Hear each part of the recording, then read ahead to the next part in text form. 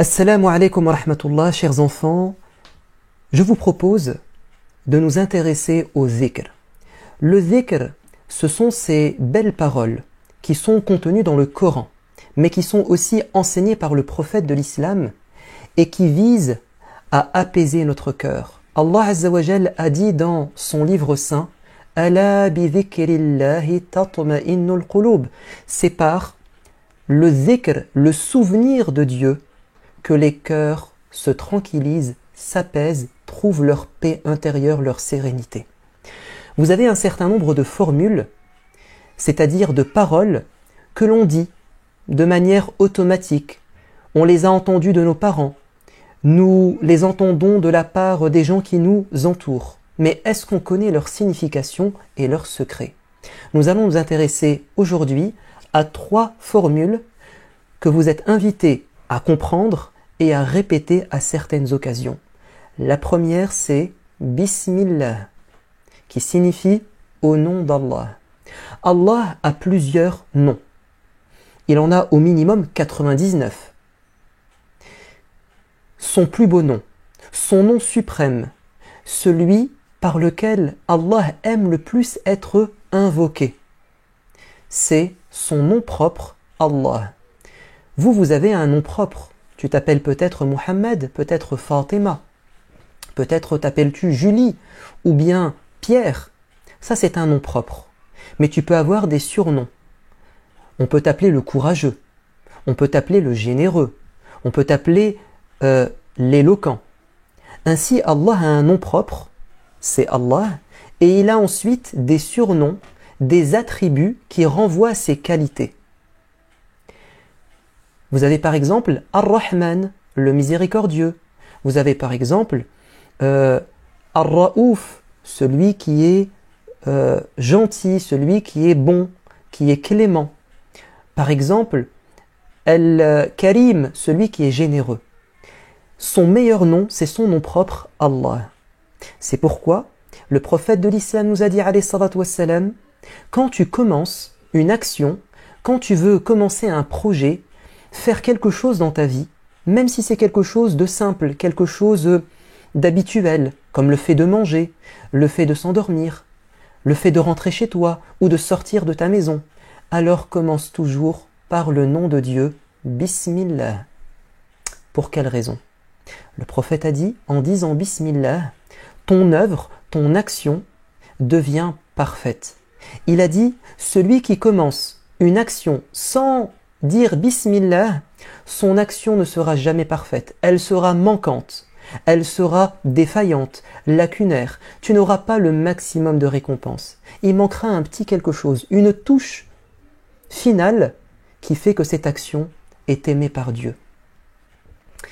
Vous savez, chaque sourate du Coran commence par Bismillah ar-Rahman ar-Rahim.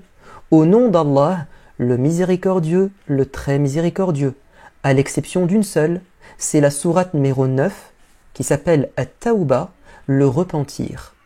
Mais dans cette sourate qui parle notamment du prophète Soleiman et de la reine de Saba et de la huppe Al-Hudhud, à un moment donné dans cette histoire, quand Soleiman a été mis au courant par son soldat, et il avait parmi ses soldats des animaux, des oiseaux, et là c'était une huppe, quand la huppe est venue l'informer qu'il existait dans un endroit sur terre, au Yémen, une femme puissante, une reine, avec un trône splendide et magnifique, lorsqu'il lui a dit que cette femme adorait le soleil, et que son peuple également adorait le soleil, il a dit « je vais leur envoyer une lettre, un message pour leur parler de Dieu, afin qu'ils arrêtent d'adorer le soleil et qu'ils adorent le créateur du soleil. » Et lorsque la reine de Saba, Balqis, a reçu cette lettre de la part du Hudhud, il a joué le rôle d'un pigeon voyageur qui a apporté un message.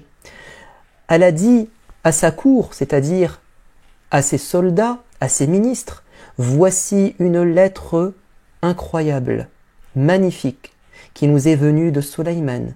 Elle commence par Bismillahirrahmanirrahim. Au nom de Dieu, Allah, le miséricordieux, le très miséricordieux. Et donc cette sourate ne commence pas par Bismillahir-Rahmanir-Rahim, mais vous trouverez cette formule à l'intérieur de la sourate dans le récit de Sulayman et de la reine de Salomon.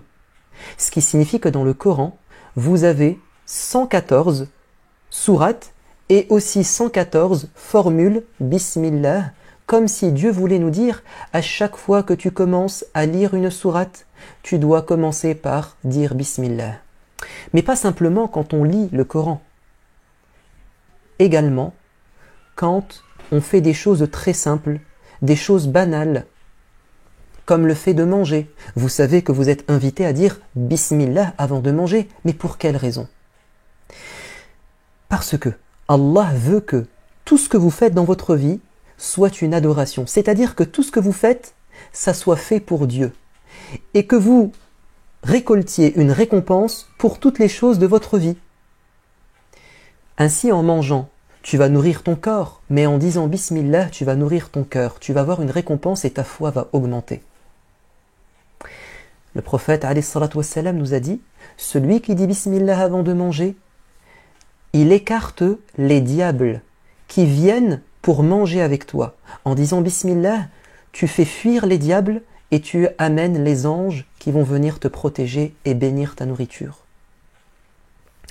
Également, lorsque, avant de manger, tu veux abattre une bête pour consommer sa viande, tu dois le faire en disant Bismillah.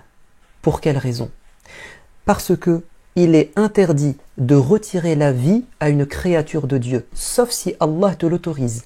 Donc avant d'abattre une poule ou un mouton ou une vache pour consommer sa viande, tu dois dire à cette bête, je le fais parce que Allah m'autorise.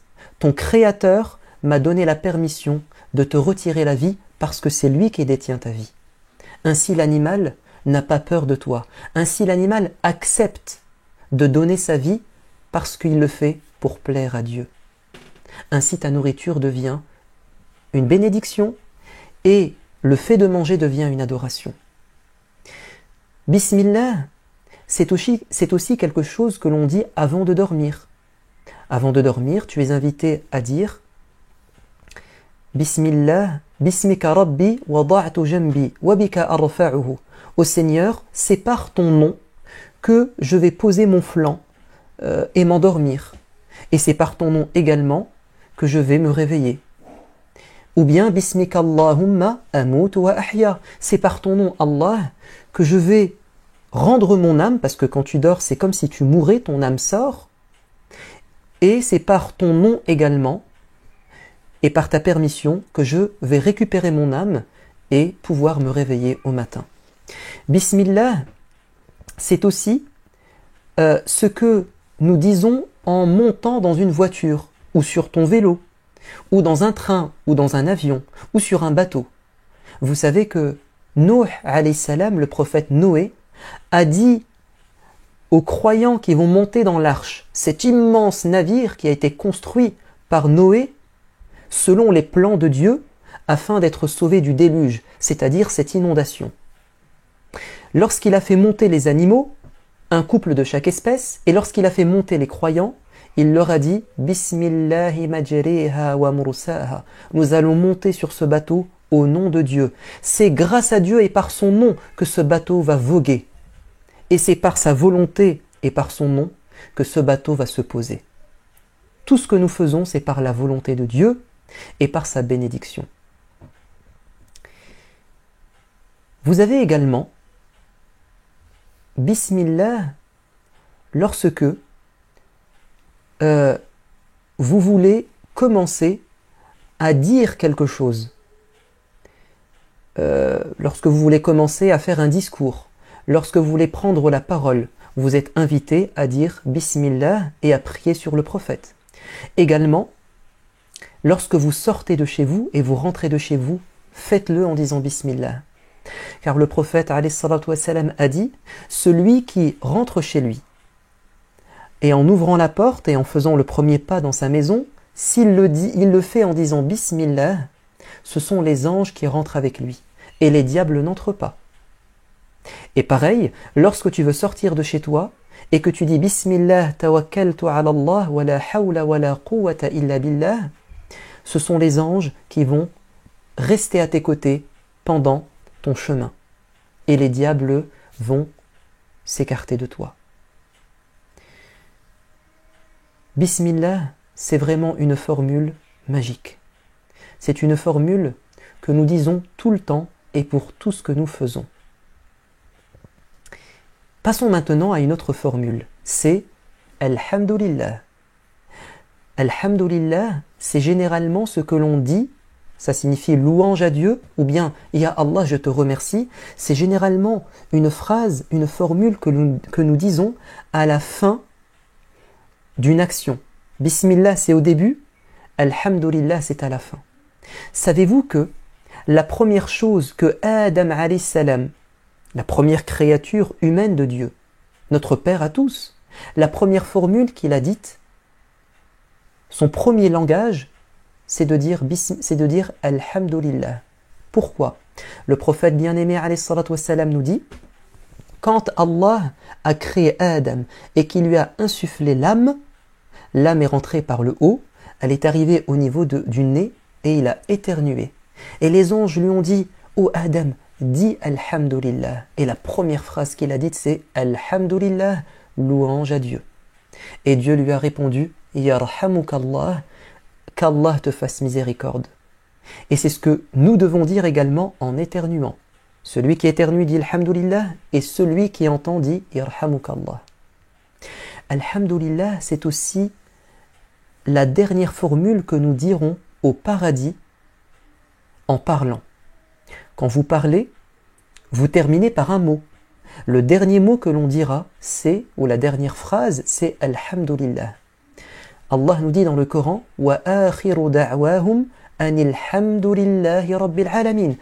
Ils termineront leur discours, leurs échanges, les gens au paradis, en disant Alhamdulillah. Et dans une autre sourate, Allah nous dit les gens du paradis, quand ils y entreront, diront Alhamdulillahi alladhi hadana li hadha wa ma kunna linahtadiya lawla an hadana Allah. Louange à Dieu, Alhamdulillah. C'est grâce à Dieu que nous avons pu suivre le chemin qui nous a menés au paradis. Et sans lui, nous n'aurions pas été capables de rester dans le droit chemin. Alhamdulillah, c'est ce que nous disons aussi quand on est touché par un malheur. Vous savez ce que nous dit le prophète bien-aimé?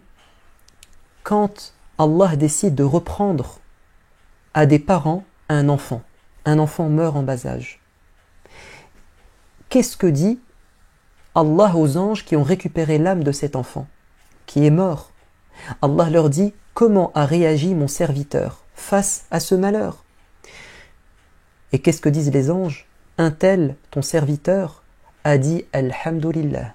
Ya Allah, je te remercie, même si je vis un malheur. Parce que d'autres vivent des malheurs pires. Parce que ce que tu as décidé est bien pour moi. Vous savez ce que répond Allah? Je vous prends à témoin mes anges, que je lui ai construit, ce papa, cette maman qui ont dit Alhamdulillah quand ils ont perdu leur enfant, je leur ai construit une maison, un palais, un château au paradis qui porte le nom de Alhamd, c'est-à-dire la louange. Dire Alhamdulillah après avoir mangé. Bismillah en commençant, Alhamdulillah en terminant. Allah aime ça et il nous récompense lorsque nous commençons et nous terminons en citant son nom suprême. Alhamdulillah, c'est également ce qui met de la baraka dans le repas, comme nous l'a dit le prophète alayhi salatu wassalam. Passons à la troisième et dernière formule, c'est Inch'Allah, qui signifie si Allah le veut bien, si Dieu le veut. Ça signifie que quand tu veux faire une chose, il faut que tu sois convaincu que tu ne seras capable de la faire que si Dieu te le permet, que si Dieu te facilite cette chose. Si Dieu en décide autrement, tu seras coincé, bloqué, tu n'y arriveras pas. Dire Inch'Allah, c'est reconnaître que tout ce qui se passe, c'est par la puissance de Dieu. Inch'Allah, c'est ce que certains ont oublié de dire et à cause de cet oubli, ils ont échoué dans leur projet.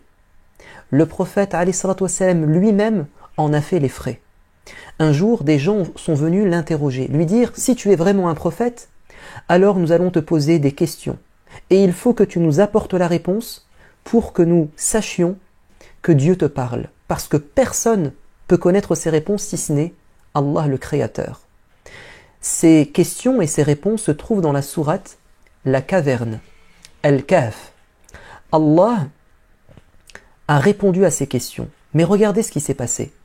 Quand ces gens sont venus l'interroger, le prophète leur a dit « Oui, je vais vous apporter les réponses, ne vous inquiétez pas. » Il a pensé qu'il était capable d'apporter les réponses et que Allah allait forcément faire ce que lui voulait.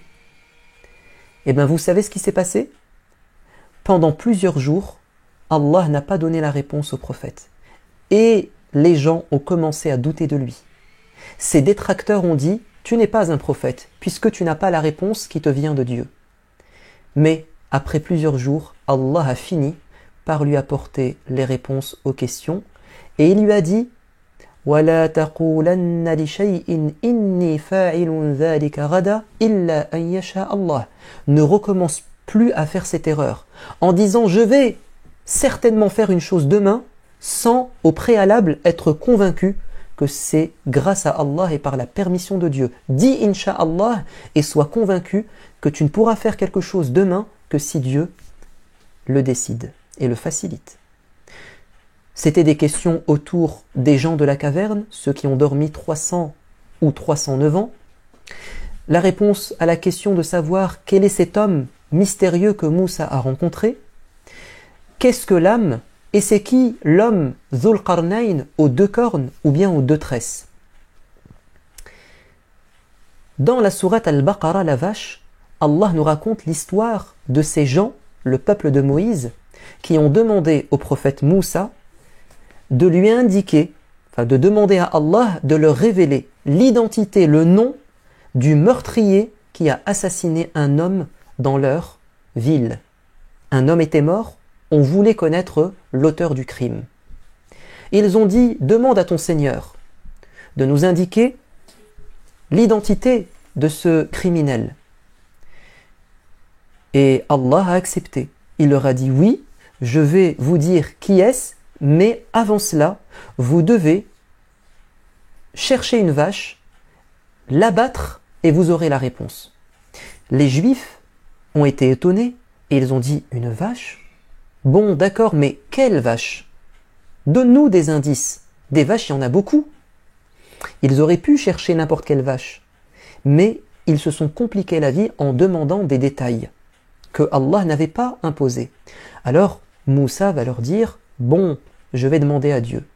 Et Dieu va leur dire, c'est une vache qui n'est ni trop vieille, ni trop jeune. Elle est d'un âge moyen.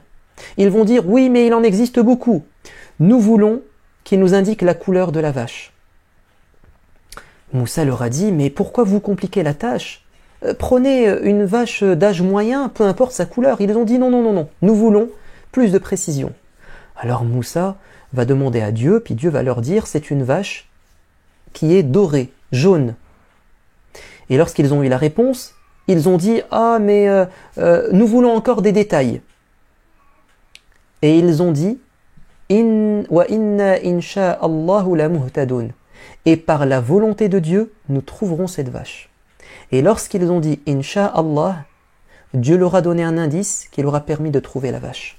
S'ils n'avaient pas dit Inch'Allah, ils n'auraient sûrement pas trouvé cette vache. Dieu va leur dire, c'est une vache qui n'a jamais été utilisée pour travailler la terre, pour labourer la terre. C'est une vache qui est encore jeune et ils vont finir par trouver la vache. Et lorsqu'ils vont abattre cette vache, ils vont utiliser un morceau de viande de cette vache, ils vont frapper le mort va être ressuscité par la volonté de Dieu et il va indiquer celui qui l'a tué. Dans la sourate Al-Qalam, la plume, Allah nous parle de ces propriétaires d'un jardin magnifique. Ils avaient beaucoup de fruits et de légumes. et d'arbres. Et ils ont décidé de se lever très tôt le matin quand les gens dorment, quand les pauvres sont encore endormis, pour récolter les céréales, les fruits et les légumes et rentrer chez eux avant que les pauvres viennent demander leur part. Eh bien, vous savez quoi? Ils ont dit, nous allons faire ce piège aux pauvres et ça va marcher. Et ils n'ont pas dit Inch'Allah, wala yastathnoun, fatafa alayhim ta'ifun min rabbika wa hum na'imun. Pendant qu'ils dormaient, Allah a détruit tout leur, leur jardin. Et en se réveillant, ils ont découvert qu'ils avaient tout perdu, notamment parce qu'ils n'ont pas dit Inch'Allah. Et comment pouvaient-ils dire Inch'Allah puisqu'ils allaient faire une bêtise? Inch'Allah, c'est quelque chose que nous devons dire avec notre cœur. Quand nous voulons faire quelque chose, c'est de dire Ya Allah, rien ne peut se passer sans ta volonté. Nous allons nous arrêter ici pour cette première vidéo autour de la puissance et des secrets du dhikr, c'est-à-dire de ces formules que Dieu aime et qu'il nous a enseignées, que le prophète nous a enseignées. Mais avant, j'aimerais que nous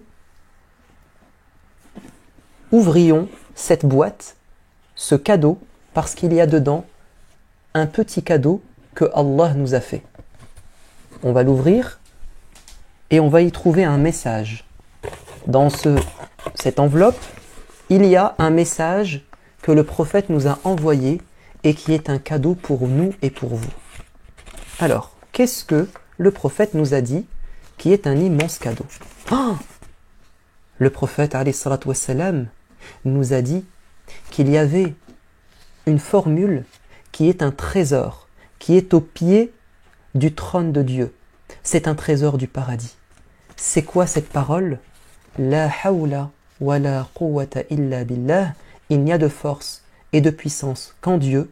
C'est un cadeau que Allah nous a fait, que le prophète nous a offert, que nous devons dire La hawla wa la quwwata illa billah, un trésor du paradis. Je vous dis à bientôt pour une autre vidéo.